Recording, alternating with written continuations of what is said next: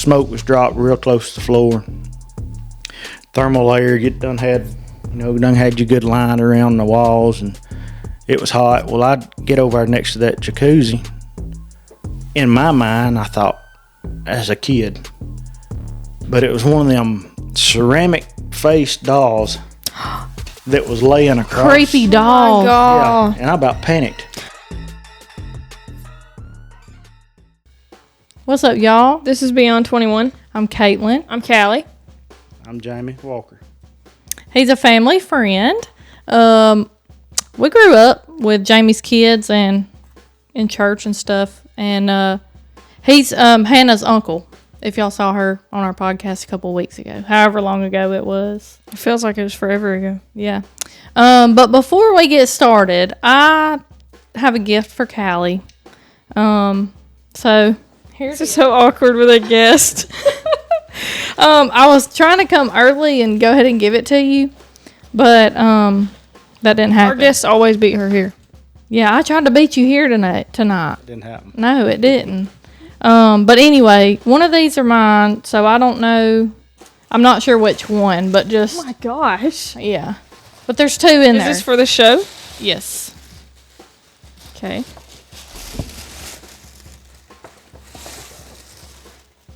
I'm just going to give one to you. I don't know how to tell the difference. That one's yours. Are these for our, Whoops. what are these for? They're for your new Bible Oh. when you get one, when we start Okay. doing our Bible study. So you want to hold them up and let everybody look at them? They're Yeah, like little they kinda- tabs. But that's why I was so confused. I was like, bro, like, Why are they they're upside down? But they go both ways. Yeah. So. And I got the Anyway. little notebook, and For notes? we have matching notebooks. Good So quality. how'd you know these were mine? Because I opened yours up, and I Okay. left mine in the plastic. Oh, I got it. Okay. Because I wasn't ready for mine yet, but anyway. Well, look at me picking the right one. Yeah. Thank you. That's very cute. You're welcome. I'm going to sit over there with you, though. Okay. So anyway, we're going to get into our topic. So we have Jamie here tonight. He is the fire chief at our local volunteer fire department. Or it used to be my local. It's not anymore, but is it her local fire department? Oh, yeah. Okay. Yeah. He knows all the lines. Okay, so when did you first get into the fire department? Well, I guess I was 16-year-old when I first got in. And actually, I had supposed to have gotten Mom and Daddy to sign a release allowing me to join the fire department at that age. And I actually signed Daddy's name. So they didn't know about it till I got home and had laid the turnout gear on the dining room table. And surprise, I figured they would reject the idea, of not wanting me to be in it. And because Daddy was in it years ago, not very long, but anyhow, a lot of our buddies was in it, and I wanted to be in some kind of little activity with the guys, and y'all's daddy was in it at the time, and that's pretty much when I got started. And man, that's been so long ago. I mean, 40, soon to be 42-year-old. So I'm pushing 25, 26 years now of being an active fire department. So you did it at first, kind of just for fun, because everybody else was doing it, but then you really enjoyed it? I just done it because that's all pretty much my brothers. Mm-hmm. I grew up with the guys that was in there, and a lot of the guys, local in the community from the church and stuff was in it, and I knew them, and it was just something I wanted to do, felt like I needed to do because I enjoy helping people in a time of need, and, I don't know, we don't get paid for it, don't get paid a dime, just a simple thank you, that goes a long ways. Yeah. How much time do you spend there? A week. Or, yeah. Well, I mean, we really don't stay there. We meet every 2 weeks. So, I mean, when the tones drop, we roll. And there's a lot of times, I mean, y'all know, y'all have been around it all y'all's life too. I can't respond to everything. It's volunteer. And we've built a really good family at the fire department. We've got 20 active members. And not everybody can come at the same time. I mean, that's life. And, with 3 daughters, just like you, Mom and Daddy. Mm-hmm. 3 daughters, activities, sports, and stuff like that. We're always on the go, and a lot of times I do miss some calls. And,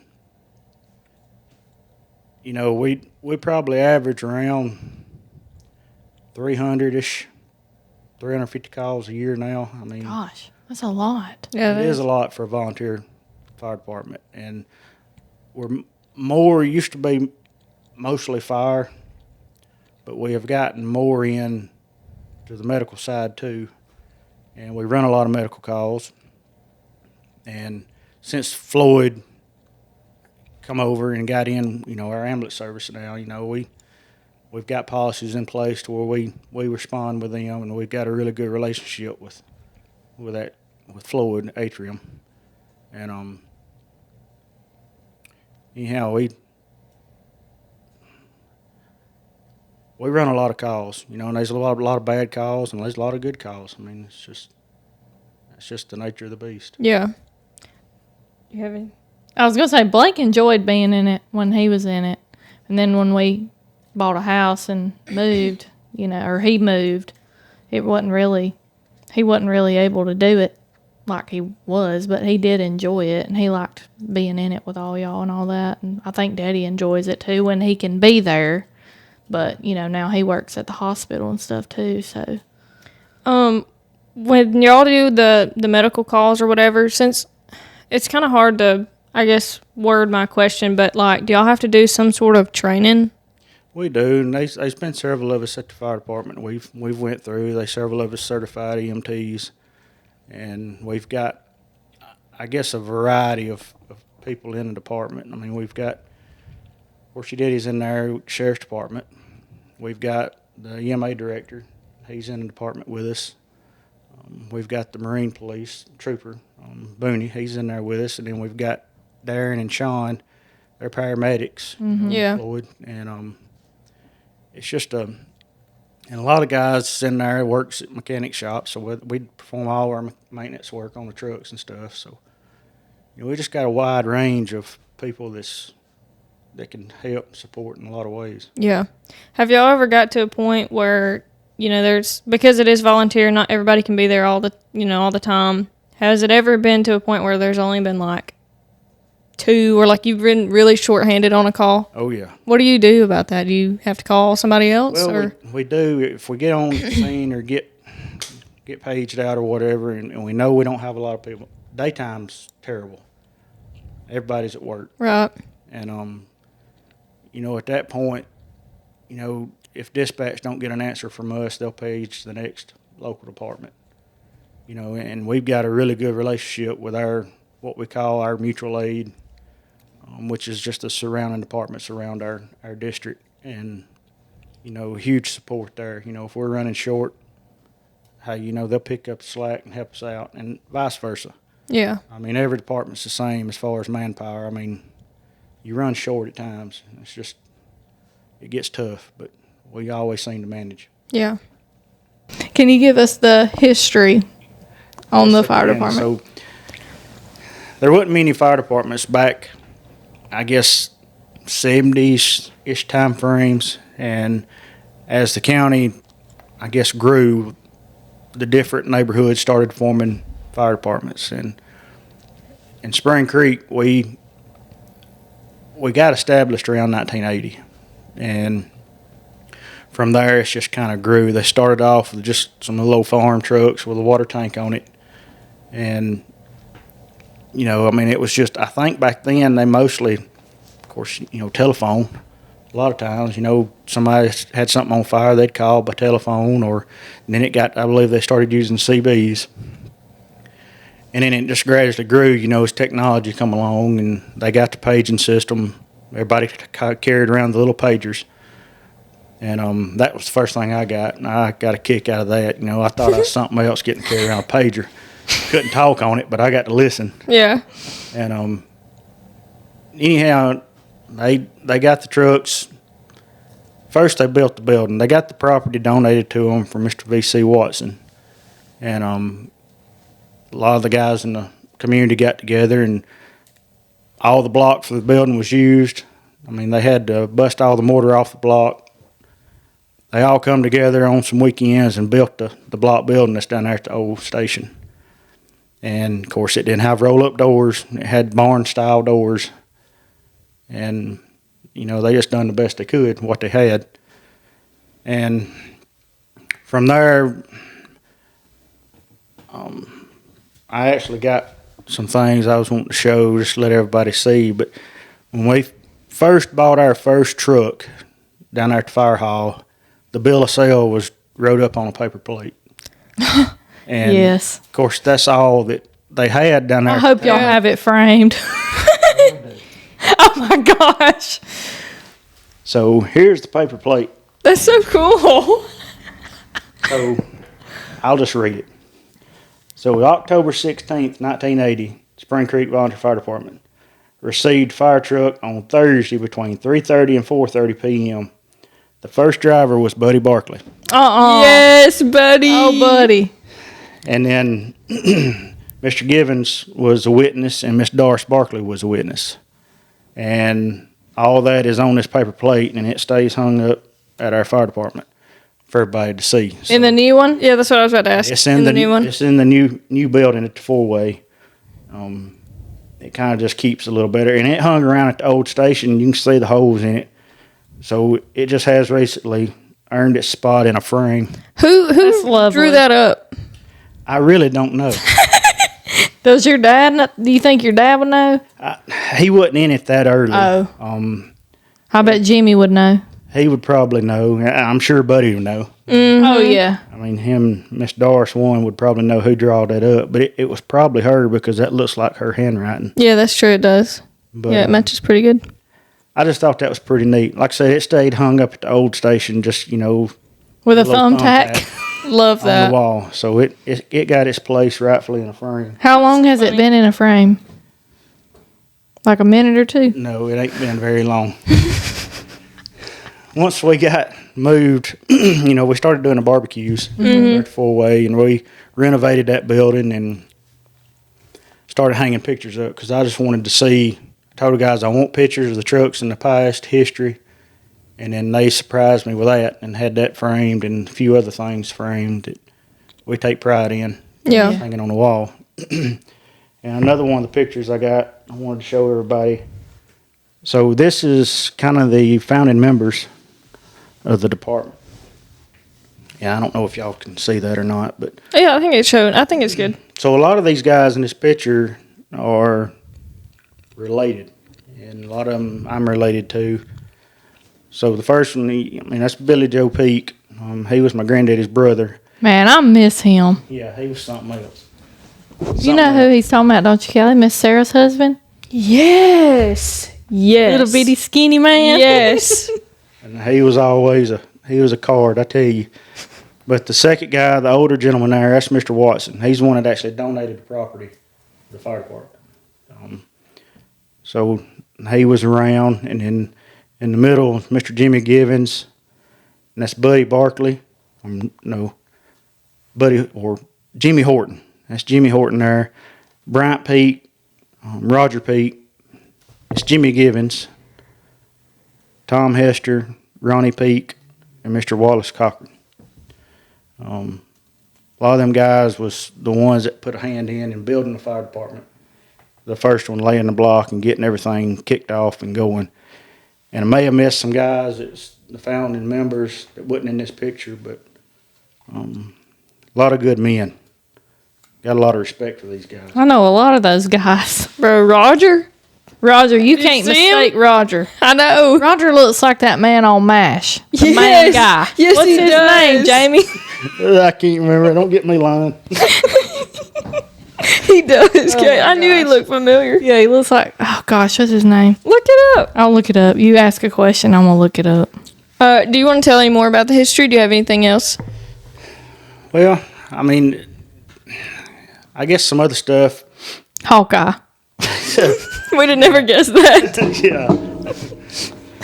Well, like I said, time had changed, and back in the late 90s, early 2000s, the trucks we had were, I mean, they really wasn't that great. Was they raggedy? Well, yeah, but they got the job done, but you never knew if you was going to make it. Make it back or there? Yeah. And a lot of times, there's a lot of nights we spent down there working on truck. We changed transmissions in them. I mean, we always joked and carried on. You know, they was tied together with fishing wire and baling string. And, you know, it didn't carry a whole lot of water. You had to depend on your neighboring departments to really get there and help, because it don't take long to dump 500 gallon of water. And like I said, them old trucks you was proud of what you had, but then again, you was kind of... It could be better. Yeah, you always wanted better. Yeah. That's what we strived to do. When I got in,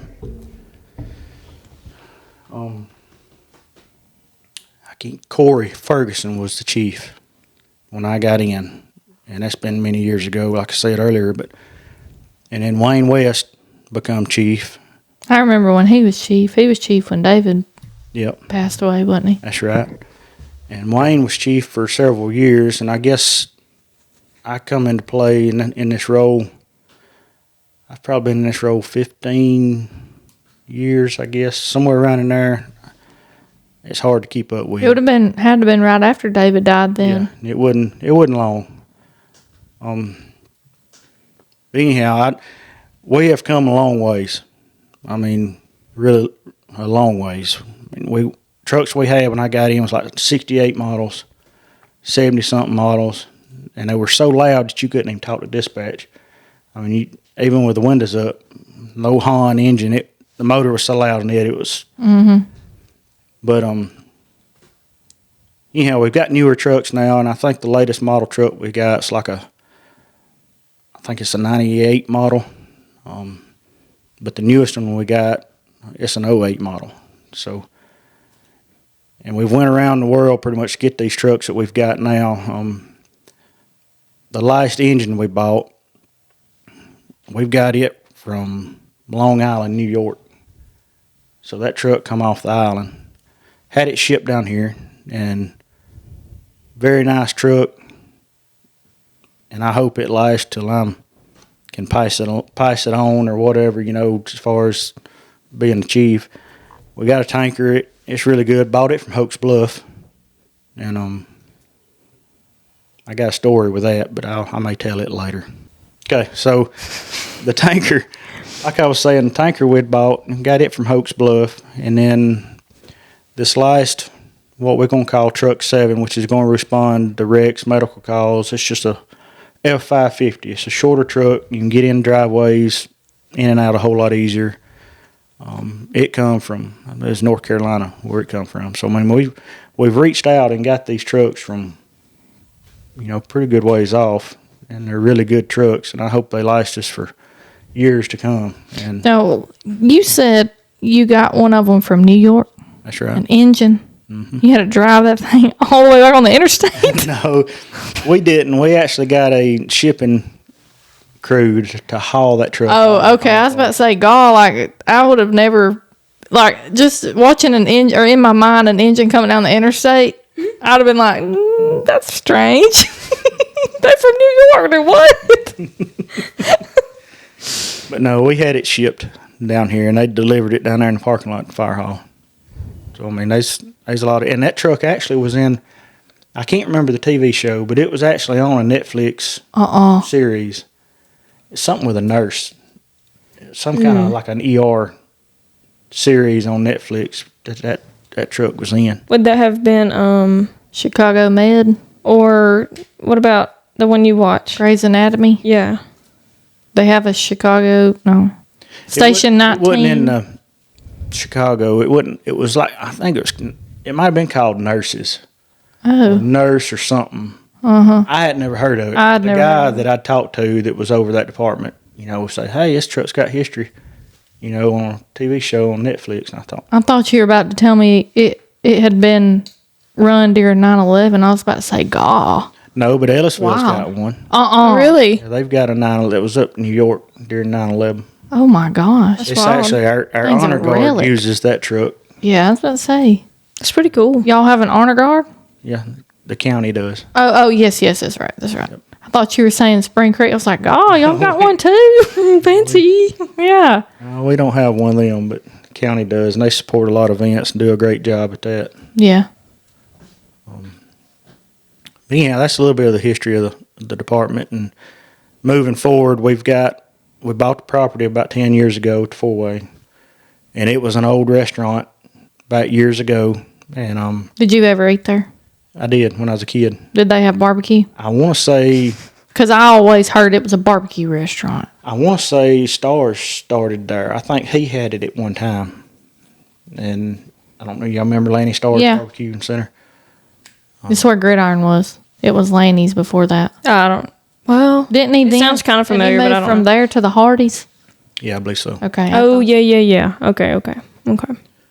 Anyway, did you have anything else to say about that? I don't want to stop your No, I thought. mean, just to kind of tell everybody what we're going towards. So we've got it laid out up there now. If anybody's been by and seen the string and the cones up in the parking lot. So our plans are building a 5-bay building at the Four-Way and moving all of our trucks there.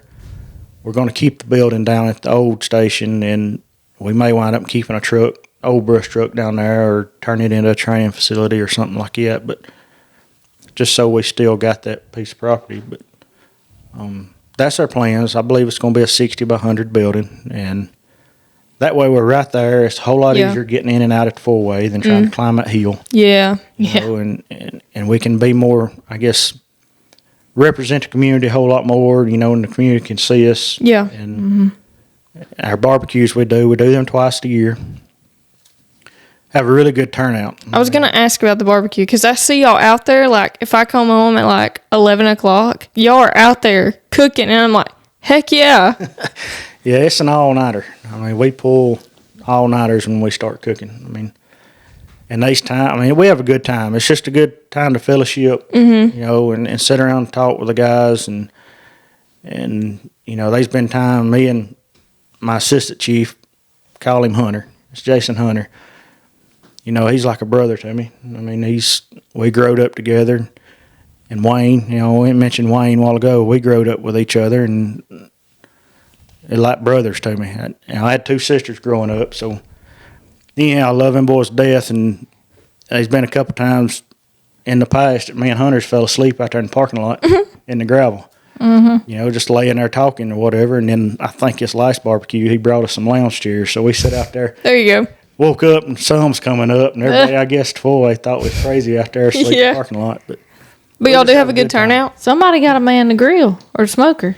we do. You gotta keep an eye put on it that. We put it on, and we know when we need to check it, and we just take turns going out there and checking the heat on it. But good turnout. You know, appreciate the community and what they do and supporting us. And if it wasn't for the community, we wouldn't be what we are today. And you know, that's pretty much the history of the department and where we're going and what our plans are. And, you know, we're going to continue on having these barbecues and appreciate continuing supporting us and doing what y'all can out there as far as the people in our community. And we have a larger turnout, you know, during the summertime. Got all those people from Georgia That's coming right. So Yeah, that's true. our population in our district is roughly around 5,500. That's been about 3 or 4 years ago. That's residents.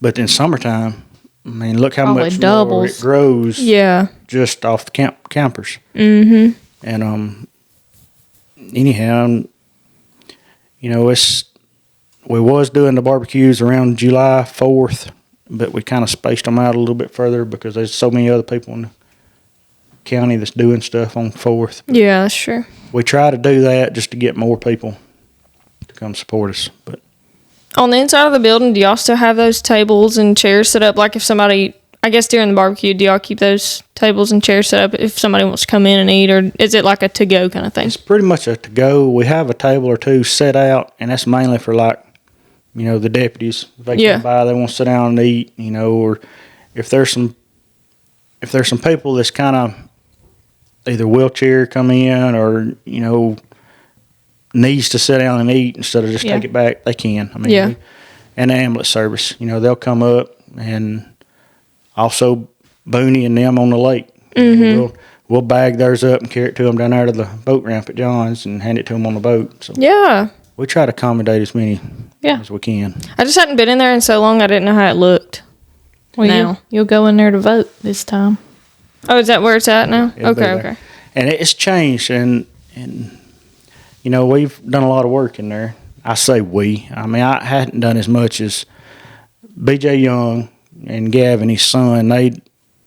They've put a lot of hours in, and they've went in there and tore walls out and remodeled everything and got it looking good. We've got some good air conditioners now. We didn't have that. It got hot in there when you was in there serving food. And I appreciate what BJ and his son's done, helped us out there. They just kind of just turned them loose, and say, hey, do what you want to do, make it look how y'all want it to look. And they brought us ideas and talked to us about it. And they really made it look good. I'm proud of that. If people wanna support y'all, can they still buy the signs? Does that help support the fire department? Yeah, we do them at $20 a sign, and we have forms you fill out that gives the address, if you want it vertical or horizontal.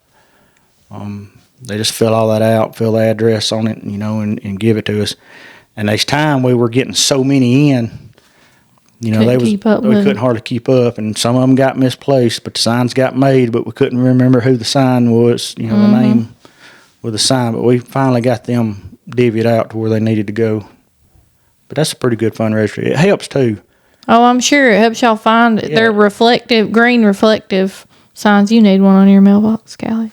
Yeah, I know, because people deliver our stuff anywhere but our house. Well, Jamie said that it pinged this address to the house beside us. Yeah, that's right. I went to turn in, and I thought, well, I'll just look at mailboxes, and I thought, 175 kind of faded. She needs a sign. Yeah, I know. I know. We do need one. I told Hunter that today because his protein shakes got delivered across the road, and the sign's good on this. Like if you're coming coming from this way toward the end, but when you're coming back, you can't see. Yeah, the neighbors thought I was crazy. They just out there trying to back up, turn around. I thought, well, maybe they won't shoot. They're cool. All right. So, has there been any rewarding calls? Well, I'd say so. One night we got called out. It was on the medical call. There was a guy that said he was having chest pains. We got there, and he was sitting on the edge of his bed, and and I helped put his slippers on and everything, got him out to the ambulance, and he just collapsed on us. And I was thinking, well, man, this is a change quick. This is terrible.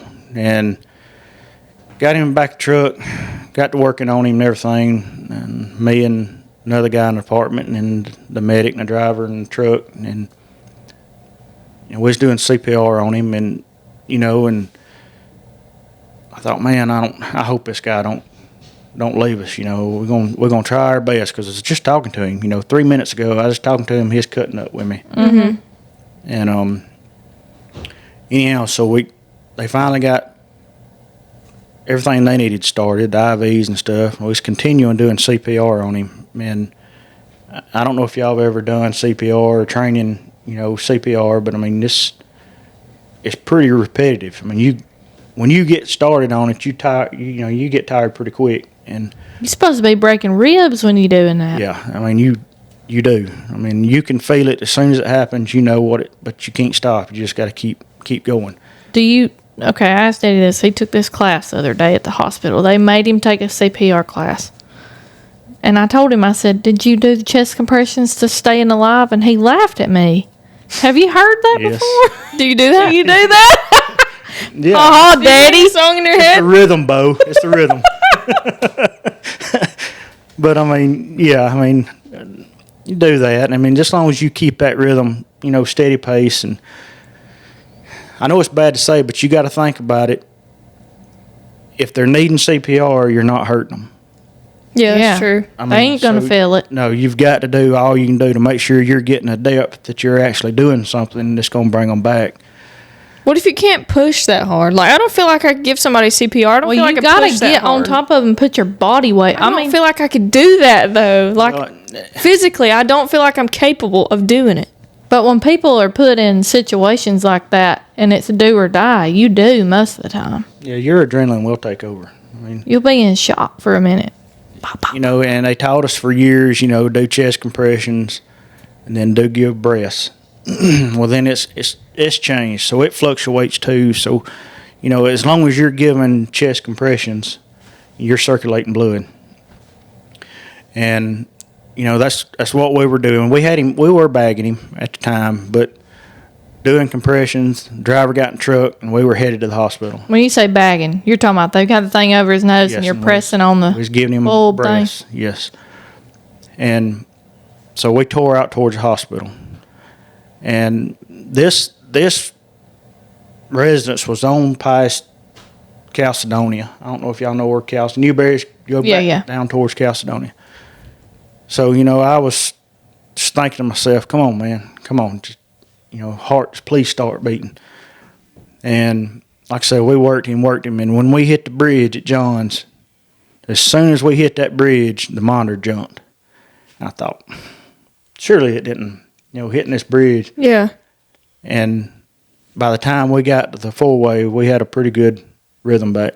You know, and we quit. And the very next day, the guy called me at ICU and was thanking us, you know, for what we did, you know, and we saved his life.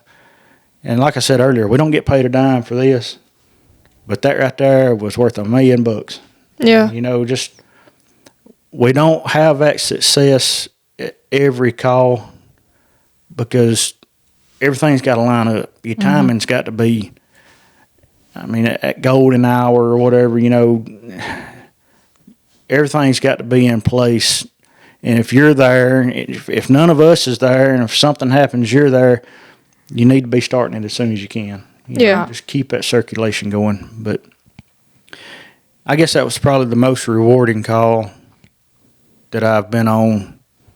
You know, there's been a couple more, but I mean, as far as a guy actually calling us the day after and telling us, and I've still got it on voicemail. I've never deleted it, and that's been probably 6 years ago.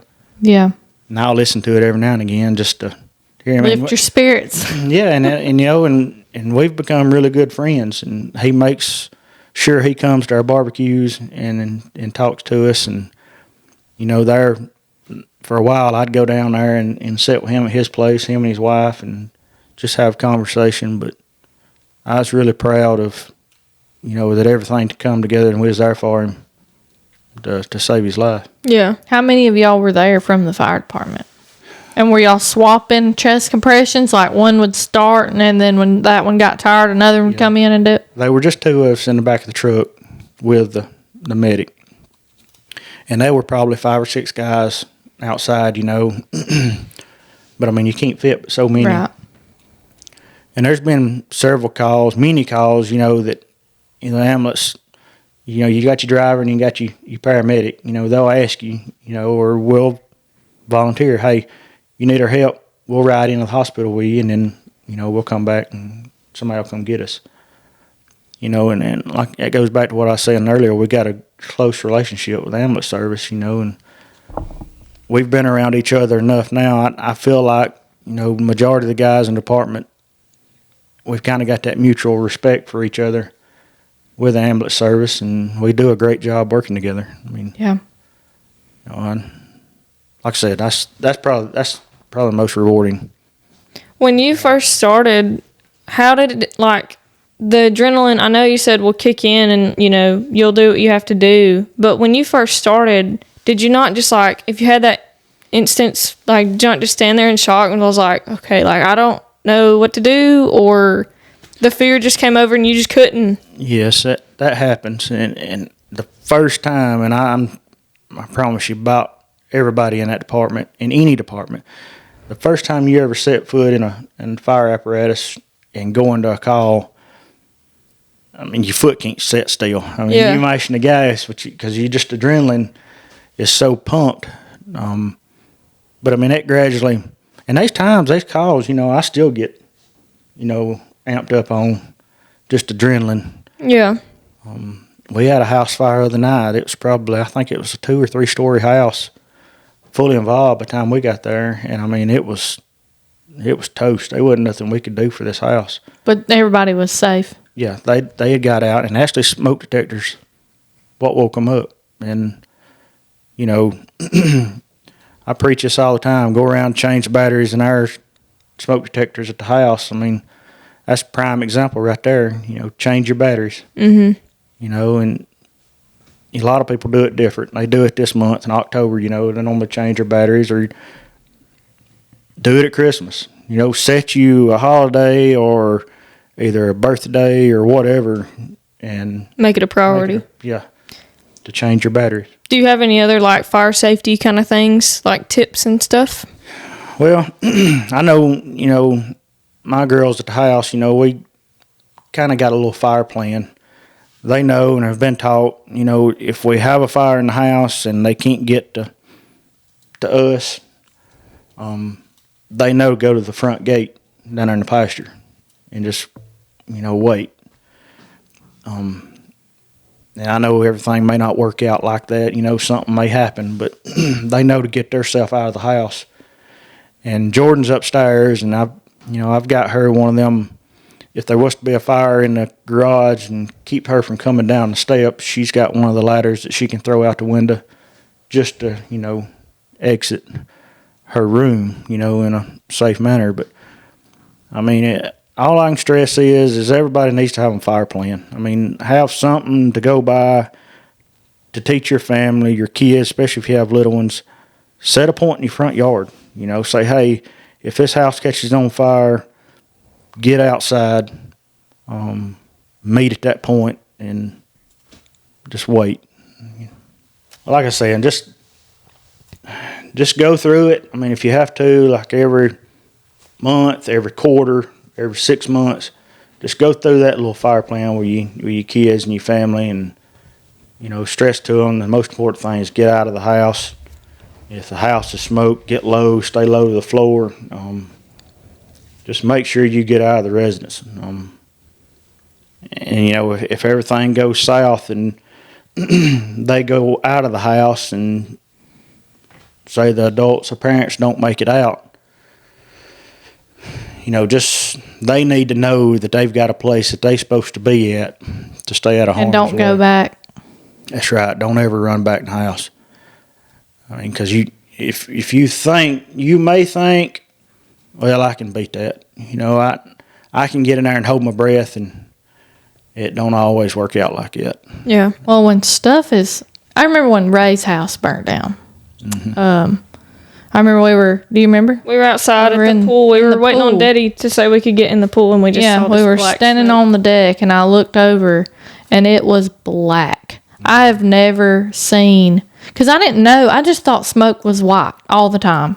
But I looked over, and I said, Daddy, there's black smoke coming out of Ray and Sarah's house. What's he burning? And Daddy was like, oh, gosh, like, the ran. house was on fire. Like, he was like, get in the house. Y'all can't go swimming. Like, and of course, Mama was rushing home because everybody thought it was Mama and Granddaddy's house. And I had never seen like real smoke. And that stuff has got to be thick. It burnt the bark off the trees. Toxic. Yeah. And there's different, you can get into all, if you do some reading, there's different stages of smoke. You can call it smoke reading. But a lot of times that house there, I remember that fire like it was yesterday. It's one of our older trucks, talking about that. And it was a good pumping truck, but it started running hot during that call. The motor was overheating. And it was the middle of the summer. Yeah. Yeah. So I told the guys, we got in there and we turned the steering wheel all the way to the right just so it opened that well up. And we set an exhaust fan in that fender well on that truck. I said, don't shut the truck down. We'll burn that truck down before we just, quit. We're going to try to do everything we can to save what we can of this house. And wound up had to get a new radiator for that truck. But I remember that like it was yesterday. How long did it take to get that fire out? It was several hours that we worked on that one. Because I think that one, I think there might have been some remodel jobs done on that house. And I remember it being it took a long time for y'all to get it out. They were like double roofs in there. So the fire got up in between, I think it was a trailer. It was.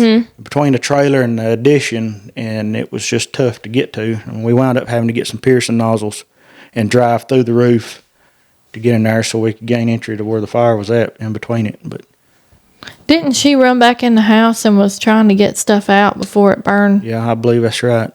I thought Is that a big problem when you get to y'all have a lot of people doing that. Not really. One of our biggest problems is if it's in a neighborhood on a weekend or when everybody's home, you have people kind of gather. Mm-hmm. You know, Does it get on your nerves? well, You talking about like ambulance chasing type people, like they'll come stand around and want to watch yeah, and and getting away. a lot of times we'll stretch tape up, try to keep people back because, I mean, not as much as they're in our way, but you never know if there's an oxygen tank or a propane bottle in there that blows up. If they're standing back a good ways, would the blast hurt them? Probably not, but it's the shrapnel. I mean, you don't ever know what the shrapnel's going to do. And honestly, I never thought about y'all, like in my mind, an oxygen tank or a gas bottle never come to my mind as a hazard for y'all. Like y'all are going in the midst of that. Y'all going to a place where somebody uses a lot of oxygen and you could get like stabbed with a piece of shrapnel. And a lot of times you go into houses, you'll start hearing stuff just popping. It's popping. And, we've been in houses that's on fire, and you can actually feel stuff once the ceiling falls, feel stuff popping under your feet. What it is ammunition. Oh, my gosh. But if the ammunition's not, in a chamber, majority of times it's going to pop the brass off. It ain't going, because it ain't got anything to hold the brass and let the lead fly. Yeah. Well, see, I wondered about that because that house up there that Brad Russell used to have, when it burned down, I heard that there was a lot of ammunition in it and it was going off. Yeah. But I didn't understand how nobody got shot because I guess I didn't put that together. Yeah, that don't really bother me. It's the gun is propped up in the corner that falls over. Yeah. Gosh. If it goes off, then you got, and we've been on trailers before that you walk around the back that has got the old aluminum side in it. And, there's holes in the side of that trailer. And I was like, where'd these holes come from? Well, then the guy had guns laying on the bed. So when the house burnt and them guns was laying there, they lined up just perfect Oh my gosh. to them holes in the side of that trailer. So, I mean, if the right person been there at the right time, it could have been bad for him. Yeah. Gosh, like that would make me not want to be a firefighter, honestly. You just you just don't ever think of that. Gosh, that's terrible. So let me ask you, because I have an issue with I have a charger that I plug in the wall. It's like one of those. It's a box that's got little boxes on it, and I'm so scared of it catching on fire. Like if I could go and unplug everything in my house, I would. But are lamps being plugged into the wall but not cut on? Are they gonna? I mean, is there a high probability of them catching on fire? I mean, and a lot of that's got to do with how much load is on it. I mean, if you've got a bunch of plug-ins plugged into one circuit, drop cords is the worst. I mean, a lot of folks don't realize that a certain size wire and drop cords means a lot. I mean, you need to be looking at that. Yeah. Especially if you're going to run, a lot of them, you need to have bigger drop cords. And it's best to not run no more than 2 off a single plug. I mean, Yeah. and I don't mean go plug a drop cord and then run it over there and then have 5 plugged into the end of it. I mean, you got to manage that because they overheat. Yeah. And definitely don't, we've been in residence before where it get hot and people will put a drop cord up and they'll staple the drop cord around No. the room. Well, then if you drive the staple too deep, then you cause a situation that, could burn your house down. So don't staple drop cords. What about hair dryers and straighteners? Y'all have a lot of issues out of those being plugged into the wall. You stole my question. It wasn't I'm that sorry. exactly, but I was going to pause because we were kind of getting close and restart fresh. Okay. So what's the most common thing that starts a house fire? Like, I'm thinking candles or like the stove being left on. What's the most common? Well, I mean, I guess a lot of it could be just faulty wiring. I mean, you get an older house or somebody's come in there and I guess, Crackhead come in and did it for like 20 bucks. Right. 20 bucks. or just they've been watching, HGTV and thought they could rewire their house and Yeah. not do it right, or like I was saying earlier, use the wrong wire that's not big enough to carry the load and it overheats. Then they'll have a problem. But I know you'd asked about the curling irons and straighteners. Don't really have a big issue with them unless somebody drops a towel, walks out, and leaves it laying on top of it or whatnot. But we did have an instance one time, it's been many years ago too, that I think the husband and wife had been into it or whatever. And anyhow, we went in this house trailer, double wide, and got in there, and it was thick, heavy smoke. It was down, it done got down near to the floor, and we went in, kind of doing a sweep around the walls and stuff, and we got in there in the I guess the master bath, where they had like this corner tub, pretty good size, like a jacuzzi type tub. Like I said, it was thick. Smoke was dropped real close to the floor. Thermal layer, done had you good line around the walls, and it was hot. Well, I'd get over there next to that jacuzzi. In my mind, I thought, as a kid, but it was one of them ceramic face dolls that was laying across. Creepy Oh doll. my God. Yeah, and I about panicked. And it was me and Randy Lacey. He was the fire chief at Cave Springs. Me and him were in there together, and I about panicked. I mean, it scared me. I thought, man, we done got a kid in here. Of course, I didn't go running out with it, Yeah. We realized what it was when we were in there, but that was just for that split moment. My heart dropped. Scared you, yeah. But wound up, what had actually set that house on fire was there was a clothes iron that was. We got to looking and we seen two little copper wires that run from the plug into the closet. And me and Randy looked at each other and we thought, well, that don't look right. And got to digging the clothes out of the closet, but the clothes iron was under all the clothes. So they plugged it up. And anyhow, that was. Oh my goodness.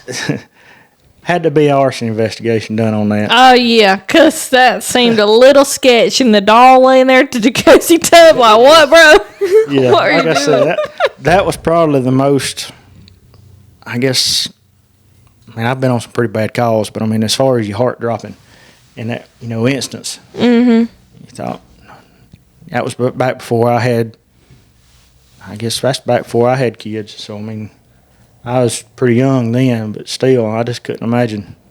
You ever had to pull a kid out of a burning building before, or a person in general? Any person, any age? No, we've been fortunate. We hadn't had to do that. Everybody had gotten out, but we have had a few that didn't make it. But I won't get into all that. No. Yeah. But, You ever had to get any pets out? Oh yeah. Yep. You had pretty good success with getting the pets out for the most part.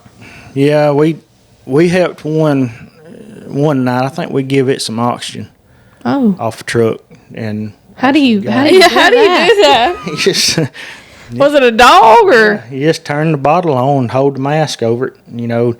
It wasn't that bad a shape, but we just done it just to kind of help Yeah. get it some good air. But I don't think that was a bad house fire. It's just it smoked up pretty good. Yeah. But I guess that's as far as animals go. You know, we've had a lot of house fires that animals didn't make it. Yeah. Because a lot of times, you know, a lot of people let them run around in the house, but there's been several that we've been on. It was in their kennels. Mm-hmm. You know, and I mean, you hate it for them. I mean, Yeah, I mean, like, I have 2 cats, and there's no telling where they're at in the house at any given time. Like, my house was burning down. I couldn't go to one specific location and them for sure be there. Yeah. It'd be hard to hunt them. Yeah, sure. And it because they're going. I mean, just like humans, they're going to run somewhere to try to get away. good air. And a lot of times you'll find them behind the couch or whatever. You know? Yeah. Gosh, that's scary to think about. Your animals and your kids and stuff. Yeah, because like when it's like a tornado or whatever, you have time to like most of the time you know it's coming. You have time to prepare and like get your animals out and make go arrangements bag. for that. But like a fire, it's just like once it starts, it's kind of hard to stop. You know, and the rule of thumb used to be a single wide trailer, 7 minutes from one end to the other. It's fully involved. So I mean, Oh my gosh. you think about 7 minutes. I mean, by the time somebody realizes it, by the time we get paged out, get to the fire hall, 7 minutes can get up on you pretty quick. Yeah. But I mean, that's why I say, maintain your smoke detectors and have you a good fire plan, because I mean it's crucial to save your life. It's a very timely thing. Mm-hmm. Yeah, you got to be quick with it. Do y'all ever do like fire drills? We do, and we need to do more of it, because we've got several new guys in the department now, and we have in the past, have people that have donated old houses, and we'll go in, box the windows up, and a lot of times the way we do it is we'll smoke it up real good. Or, if we don't do that, we've got several masks we have taped up, blacked out, and go in and do kind of search and rescue drills. But like I said, we've got to start doing more of that. When you say smoke it up, how are y'all smoking it up? Like, are y'all setting like a real fire, like a controlled fire in the house, and then causing? Yeah, so when we do that, it's kind of like a live fire training. So I mean, we'll find a particular room in the house, put some pallets in there and light them off, and just let it burn. And we have put tin up over the fire and behind the fire where it's going to be to kind of help Secure it to keep that. from burning stuff up so quick, so we can get several runs. Mm-hmm. But I mean, that's some of the best training. The live fire in a actual donated house is some of the best. You can get all kinds of training with that. You can do the rescue like you're talking about. You can do other things, I'm sure, in the house, and then you get to actually put it out. So Do y'all ever take a dummy in there to drag out to see? Yeah. We've got one. That thing weighs about 500 pounds. Oh, I know. Daddy's told me. No, wait. Did y'all take it to that control burn over there in the Lexus? I feel like either Daddy or Blake told me that thing was hard to drag out because it's just dead weight. Now, we've done it we've put it in vehicles that we've done education training on. Maybe that's what it was. We'll put it in there, and I think it might have been Dewey we had him bring his backhoe up there and crush the top down on it, and then we, trained on getting him out and getting him boarded up. But I mean, you think about it, I mean, that thing's so heavy. I mean, it's actually like a dead weight of human. It's a good training tool. Yeah, I bet. I was going to ask you something else, but I forgot now. Okay. Did you cut my? I didn't touch it. I don't know why that's not. Can you hear me talking? Clear. Yeah. Loud. It's fine. Oh, my thing came undone. Okay. Okay, so we're going to talk about David. That's mine and Callie's uncle, our dad's brother. And I have a little story. You may or may not have been there, I don't know, but Nick told me that they were at the John's store one day, and I don't know if they were getting gas or whatever for the diesel, whatever, for one of the trucks, but David used to drink Dr. Pepper all the time, And Nick said, "You want me to get you something?" And he goes, "Yeah, get me a Dr. Pepper." And so he gave him his money. And Nick come back out with the Dr. Pepper. And David goes, "Where's my change, Nick?" And he said, "It was only like a nickel and some pennies." And he said, "I don't care. I want my change." Like, he was serious about his change. You better give it to him, too. I promise you. So I didn't know if you had been there when that happened, because I know it was during doing something with the fire department. But Or just have some David stories. Oh, David. He was a card.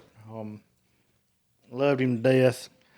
And he always had a thing. So every time if we went to a call, David loved Jake brakes. He loved Jake brakes. And it wouldn't matter how many stop signs we come up to. Our trucks didn't have them. The ones we had then didn't have Jake brakes. It was all just drum brakes and electric brakes or whatnot. But anyhow, every stop sign, David would come up, he'd make that noise. Exactly. And the first time it kind of took me by surprise. I was like, "What are you doing, David?" They said, "Jake brakes." I said, "All right, you sit over and do your thing."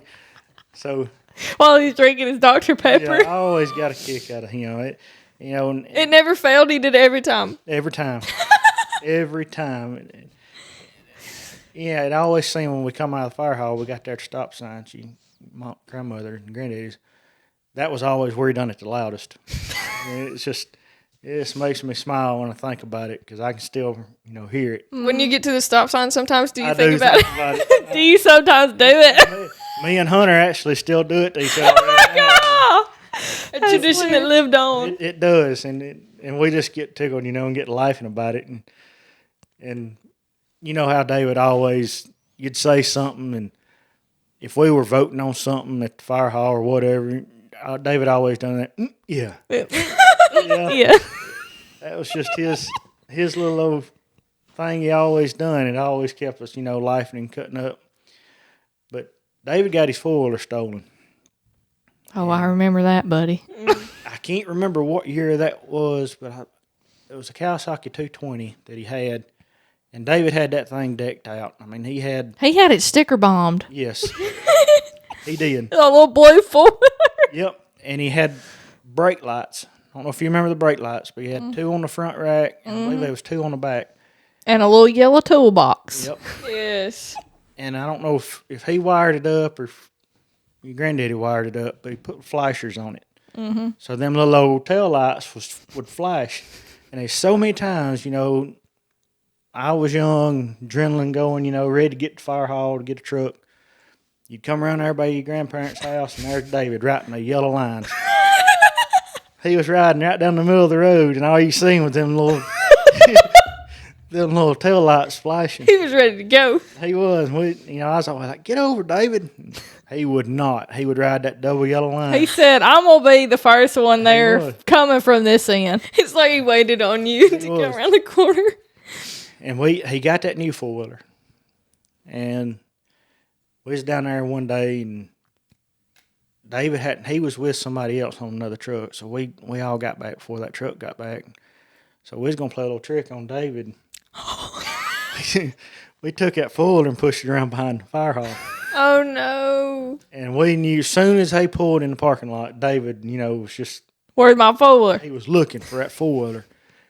And he got out, and he's like, "Where's my four-wheeler?" It's like, "We don't know, David.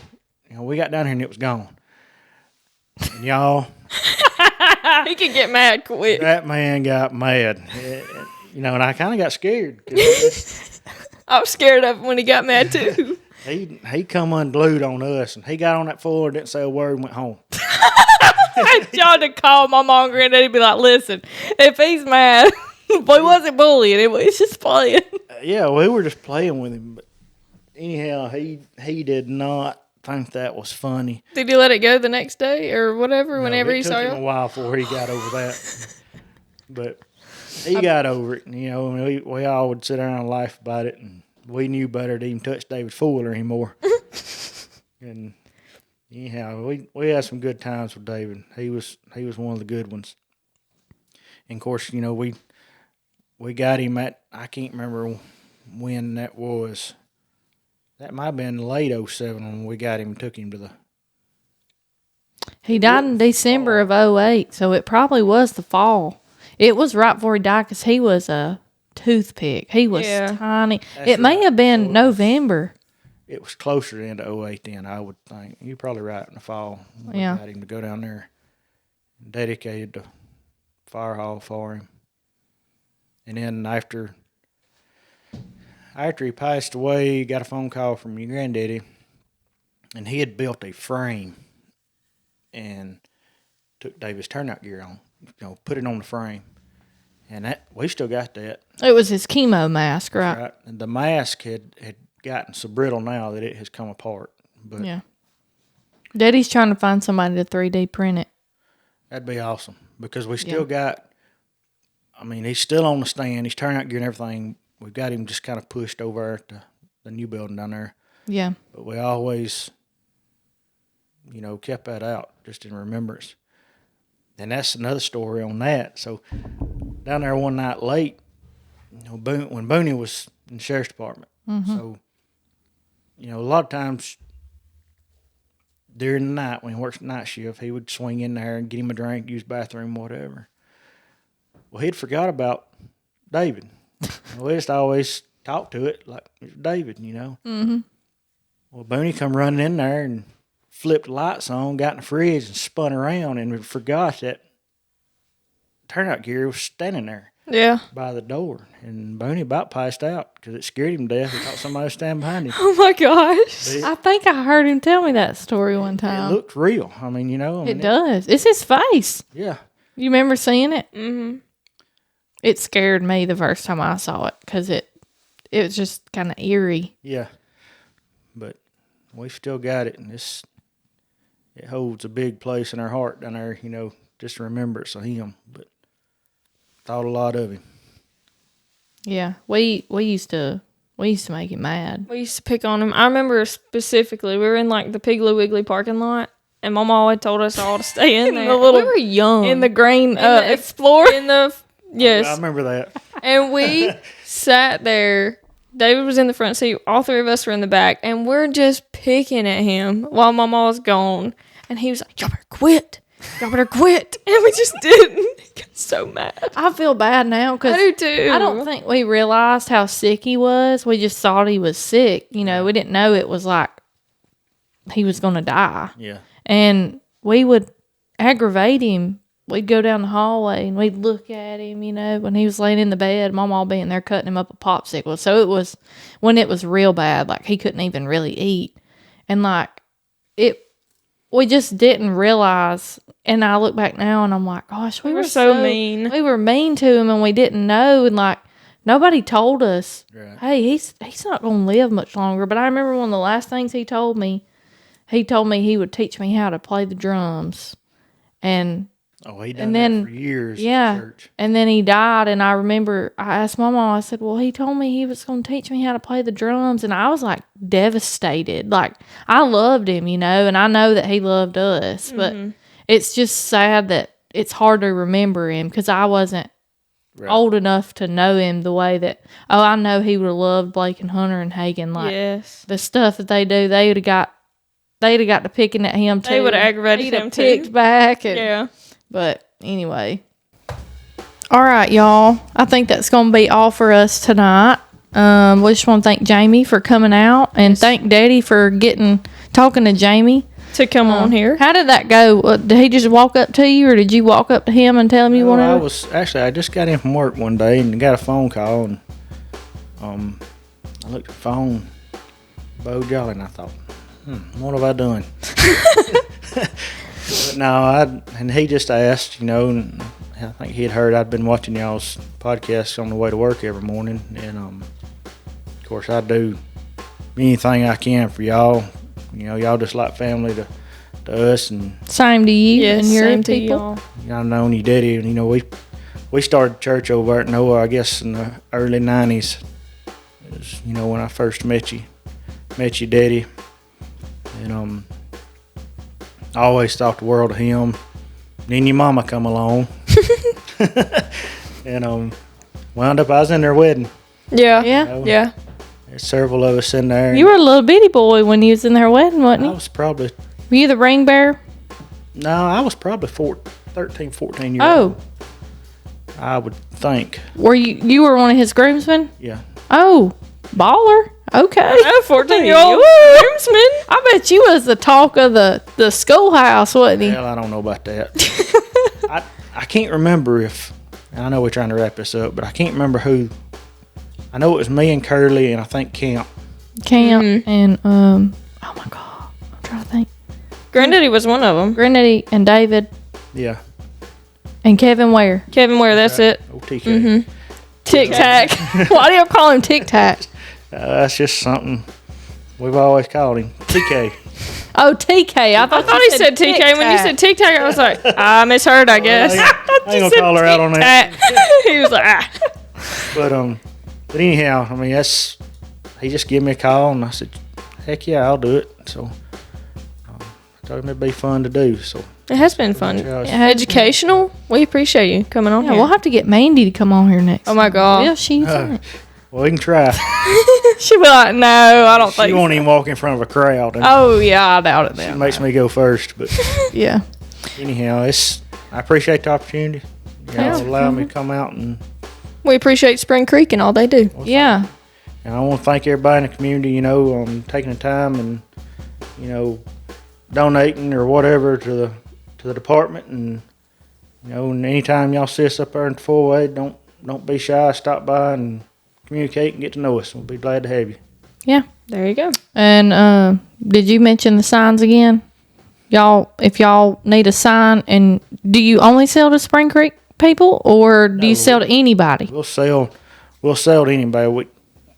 So they've always been this thing. We try to stay in our district because we don't really want to Take away from others. sell stuff across our district lines, Yeah. take away from anybody else. But I mean, really and truly, we're benefiting all departments. Yeah. That's what I think. I think if somebody from Leesburg wants one, you should sell it to them. But yeah, I mean, we have a Facebook page, Spring Creek Fire Department. If you're interested in a sign, you can just message us on there, and we will get all your information and take care of you.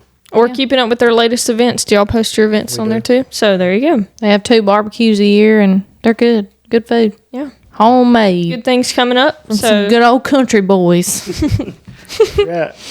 Well, if y'all want to get an ad, we have some spots for people that want to advertise on our show. We have some available. or if you want a commercial made, we can do that too. Yep, we're doing that too. And we're going to have a new Bible study podcast coming out at the beginning of the year. And then season 2 is coming up very soon. We're on Yes. episode in the 40s somewhere. So, anyways, Callie's getting married in a couple weeks. I'm excited. To see all that stuff. So, anyways, this has been Beyond 21. I'm Caitlin. I'm Callie. I'm Jamie. And we'll talk to y'all later.